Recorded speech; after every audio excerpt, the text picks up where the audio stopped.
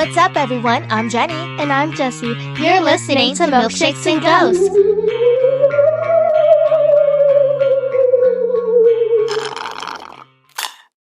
As much as I love talking about ghosts, there's something I like talking about even more. Oh yeah? What's that, Jessie? Vampire.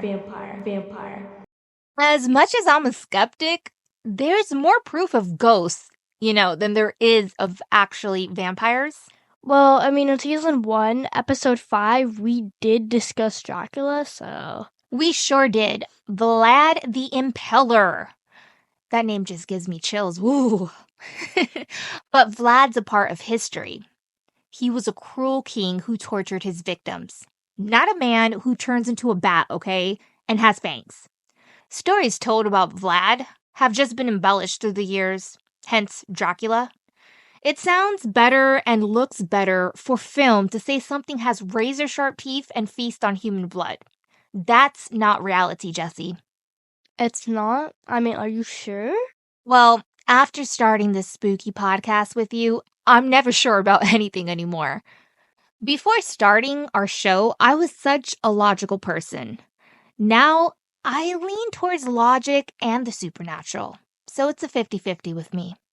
Well, not everything can be explained, so... I agree with you on that.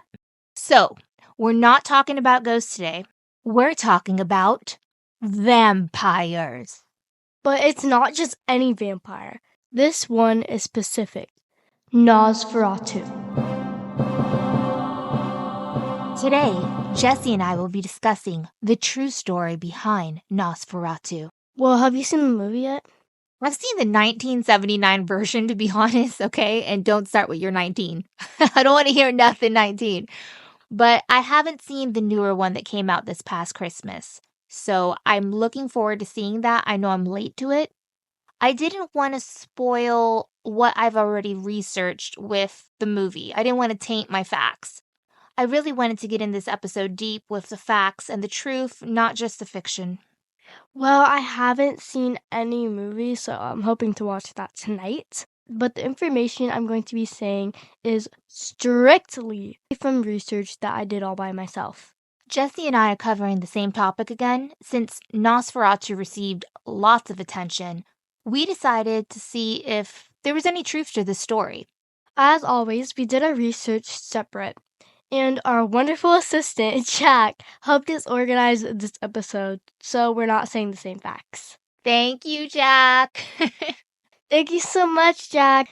I don't want to even think about how things were before we hired an assistant. One word. Chaotic. That's how it was. Exactly chaotic. Oh my god, it sure was. So before we sink our fangs into this episode, I've got one question for you. I love that you said that. Sink our fangs into this episode? Well said. So, what's your question? What you drinking today? I am drinking a vampire kiss shake. What? You're getting kissed by a vampire. You're gonna be in trouble with Dad. You're so silly. Did you get the recipe online? Yes, indeed I did. I got this recipe from easyhomemeals.com. Well, is it good? It's good. I like trying new milkshakes. This is one I wouldn't mind making again. Well, what's in it? Black cherry yogurt, silk vanilla almond milk, berry syrup, and whipped cream topping. I will link the exact recipe in the show notes in case anyone else is interested in making it. That doesn't sound too bad. It sounds pretty good, actually, so... So what are you drinking today, Jessie? I'm drinking a vampire freak shake. What? It's pretty funny, but that has a cool name to it. I got my recipe online from woolworths.com. I'll link it in the show notes in case anyone wants to try it. What's in it? Well, I had to change some of the ingredients because I use dairy-free products.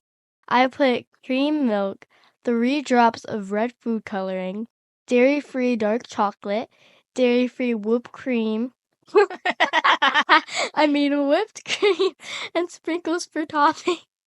I'm sitting here dying laughing at you because you're speaking and your teeth are completely red from your milkshake. I guess that's why, because you put red food coloring in it. That makes sense now.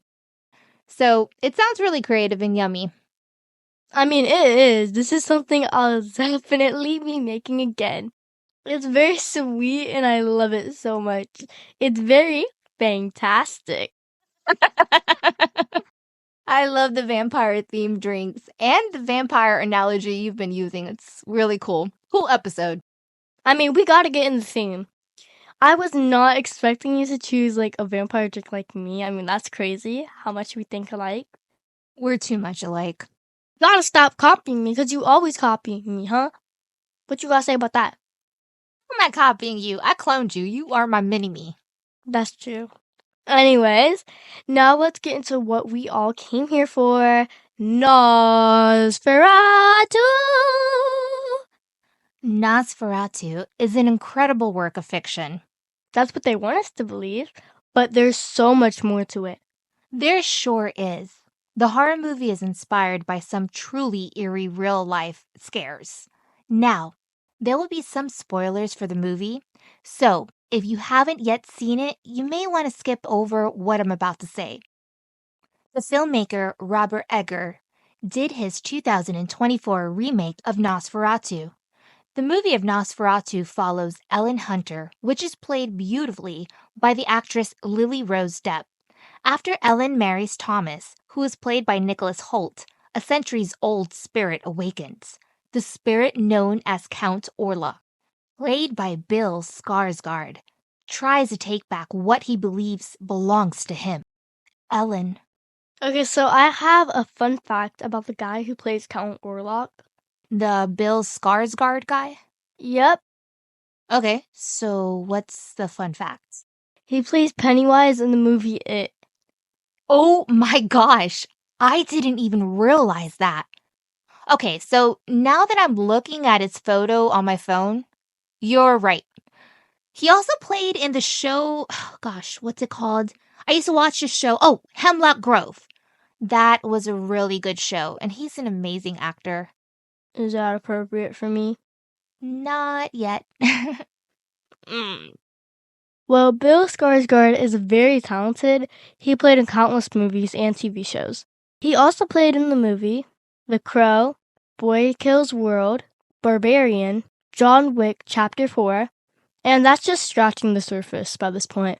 The list I put up online is like really long. He truly is an amazing actor. He'll be playing actually in the new TV series coming out this year called Welcome to Derry. He's playing Pennywise Jesse once more, and I cannot wait until it comes out because I'm going to be watching that show from start to finish. Yeah, I've seen the previews to Welcome to Derry. It looks like really good, but I probably won't be able to watch it. I'm not sure. I don't know, the movie, the newer one, I'm not letting you watch just yet. You've seen the original It, which was really good. It's one of my favorites. I actually prefer the original. So, the movie of Nosferatu didn't just come out of nowhere, okay? It was originally created in 1922. At that time, Nosferatu was a silent film. The movie was basically a retelling of Bram Stoker's Dracula, just with a different name. That's what made the movie so controversial, since it was an unauthorized adaptation of Bram Stoker's Dracula and was sued for copyright infringement. The 1922 film Nosferatu changed the name of the main character from Dracula to Count Orlok, and the plot was modified in other ways. However, the film still included many of the same ideas and plot elements as Dracula, such as the ancient castle in the Carpathian Mountains and the vampire traveling by ship. After the film's debut, Bram Stoker's estate sued the filmmakers Prana Film for copyright infringement. The German court ordered that all copies of Nosferatu be destroyed, but some prints survived. The movie was banned in Sweden due to excessive horror when it was first released. Oh, wow. I didn't know that. The ban lasted for 50 years. During that time, almost all copies were destroyed. However, one version made its way to the United States. A copyright error in the United States meant that Dracula was in the public domain, so Nosferatu could be screened in the U.S. Universal Studios bought the screen rights for $40,000, which is roughly $584,000 today. Wow. I'm impressed, Jessie. That's some good research. Thank you. Now I want to get into Nosferatu's true story. Nosferatu's producer, Albin Grau, served for the German army in World War I. The true horror he experienced while in the trenches is what inspired the original movie. During the war, Albin spent a great deal of his time on the Serbian front. While there, he met a rural farmer who told him a story about his father. The farmer believed his father had become an undead vampire. It was rumored that his father was stalking the nearby village on a hunt for blood.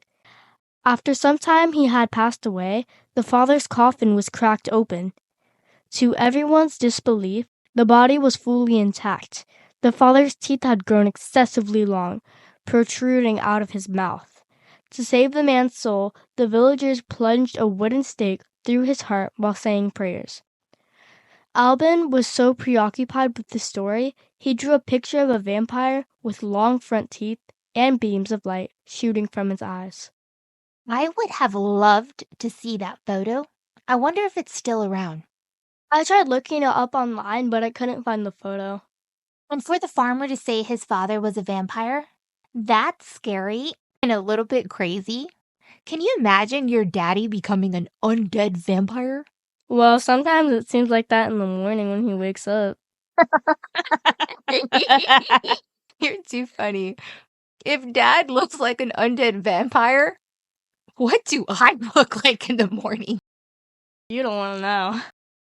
Anyways, in some cases, Jessie, with what you were saying, extreme environmental conditions like dry climates can cause mummification, or peat bogs could also naturally preserve a body without embalming by inhibiting bacterial activity. So that's probably why the father's body was still completely intact. That makes more sense, and it's logical. It's science. Or peat bogs from your time? Because I don't even know what that is, so. Oh, girl. Let me educate you. Okay, so peat bog, it's a type of wetland whose soft, spongy ground, it's composed largely of living and decaying moss, and decayed compacted moss is known as peat, okay, which can be harvested to use for fuel or as a soil additive, or in cases like this, it can actually preserve a dead body. Very fun fact. Unless it was cold. Now, that changes everything.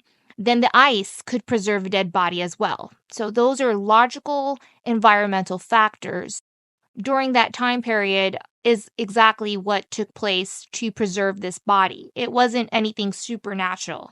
Bill, Bill, Bill, Bill, Bill, Bill, Bill Nye the Science Guy, Bill Nye, lie. I didn't know you knew about Bill Nye the Science Guy. We still watch that in school. He's still alive? Yes, he's still alive. Felt like I just got a lesson from Bill Nye the Science Guy. Look, it was a very educated lesson, okay? I hope you learned something. Anyways, let me get back into the story about Albin. All right, Jessie, let's hear it. Why'd you say all right like that?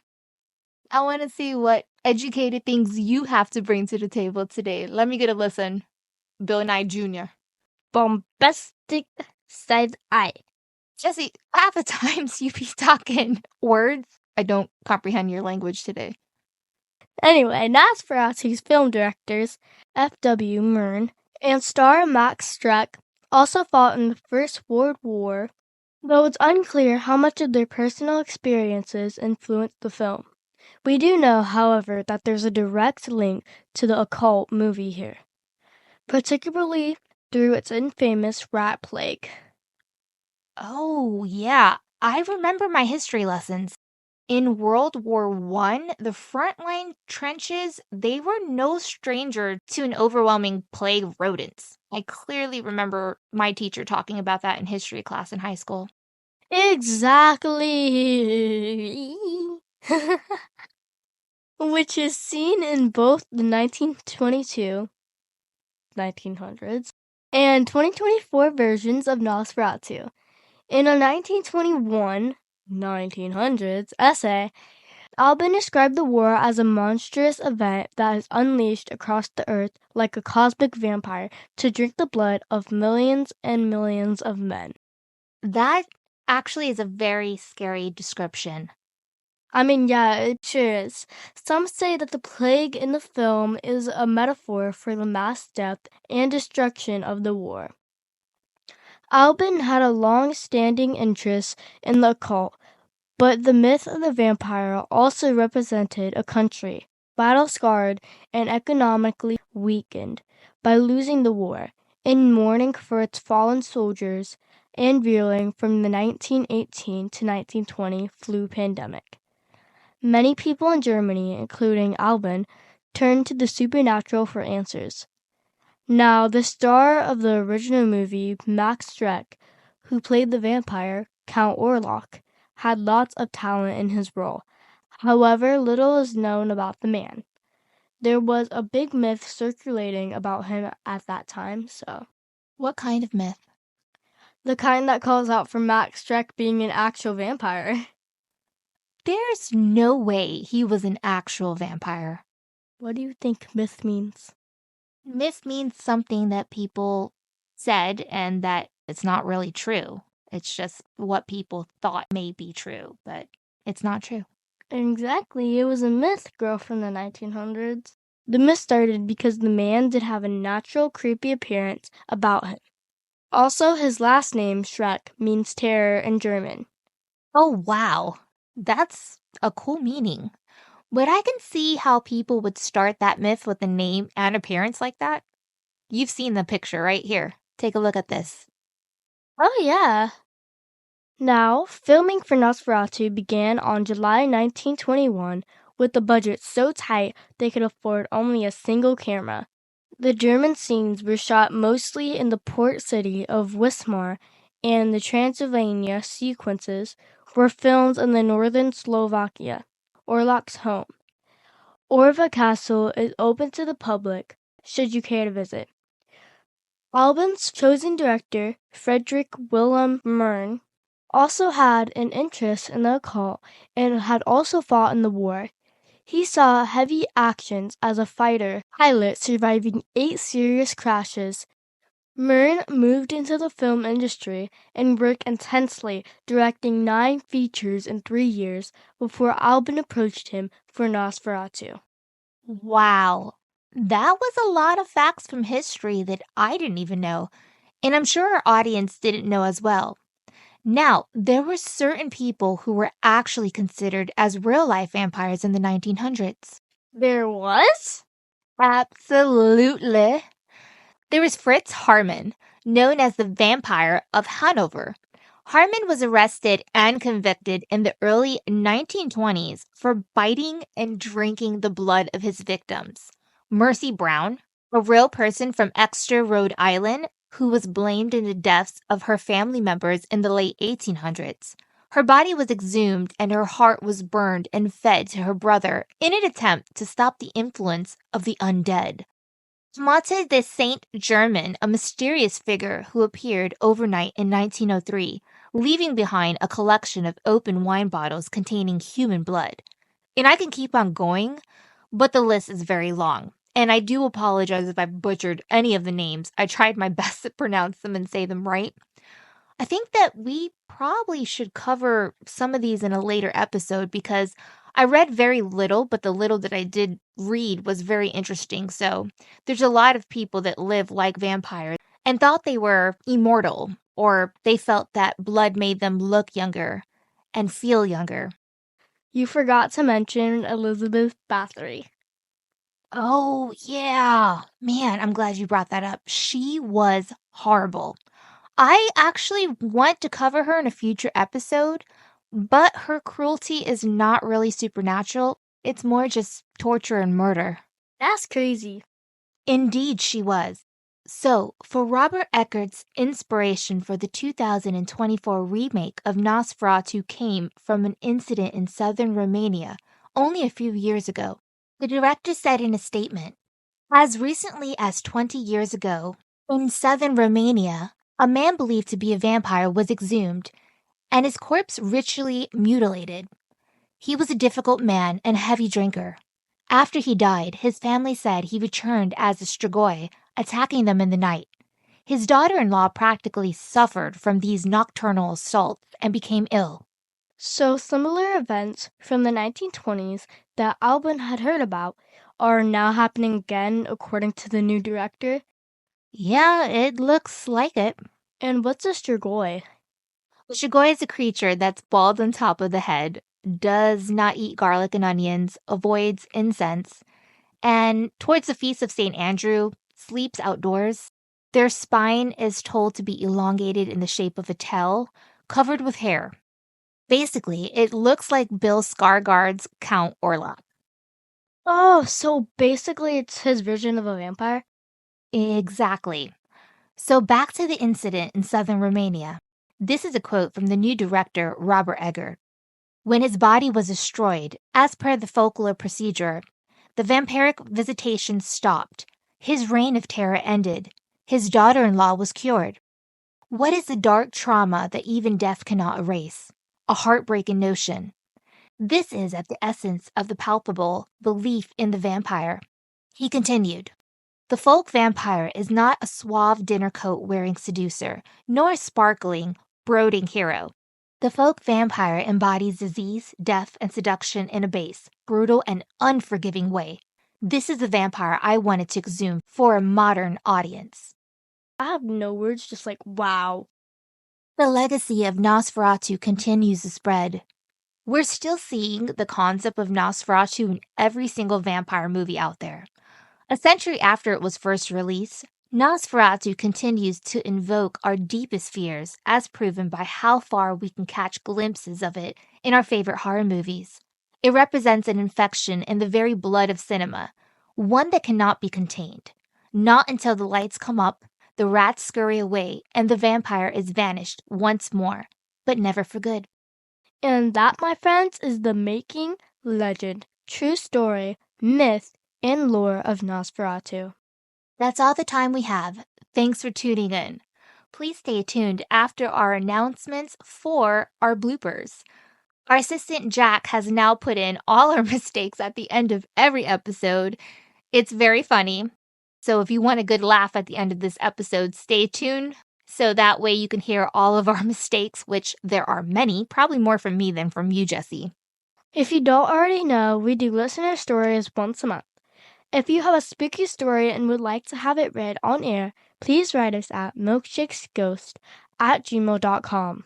If you would like to follow our socials, we're on TikTok, Instagram, YouTube, Threads, Twitter, and Patreon. If you would like to become a Patreon member, please visit patreon.com/milkshakesandghosts. I will link it in the show notes, along with all of our other socials. Join Patreon for free monthly gifts and cool perks. Let's give a shout out to our awesome, amazing Patreon members.